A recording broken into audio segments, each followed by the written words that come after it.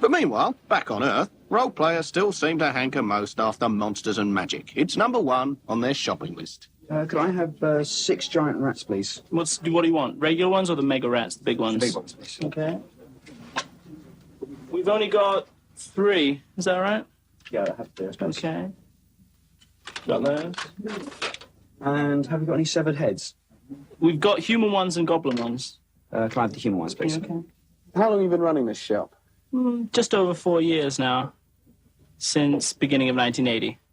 How's it changed over the years? How have the fans changed? A lot. It's a lot more accessible now. In the beginning, it was the ultimate cult game. Dungeons & Dragons started this shop, basically. Have you ever had somebody come in here and want to tell you about the death of their character and you've got to react All like their the mum does? time. All the time. We call them frothers.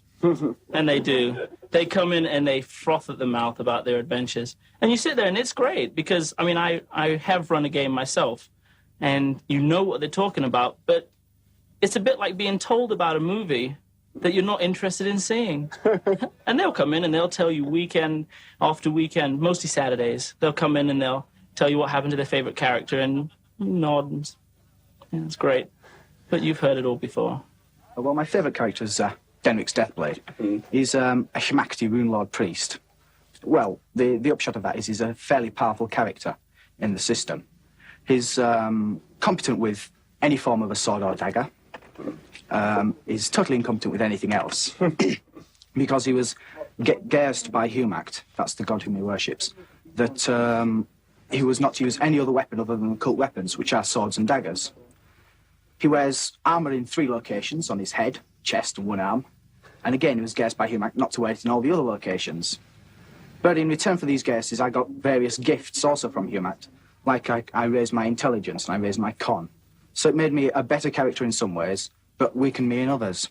I'm not a particularly wonderful person, but I enjoy playing someone else who's got different abilities than I have. Is he married? No, he's single at this stage. Is there relationships in role-playing games? Oh, yes, definitely. Well, one of my followers is cute and female and just shorter than I am. So you're hoping for a... There's only one reason why I acquired that follower. But you say them both?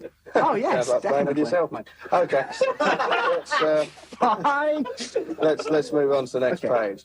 Then there's Mark, my last follower, Mark Widowmaker, with his sword, the Black Widower.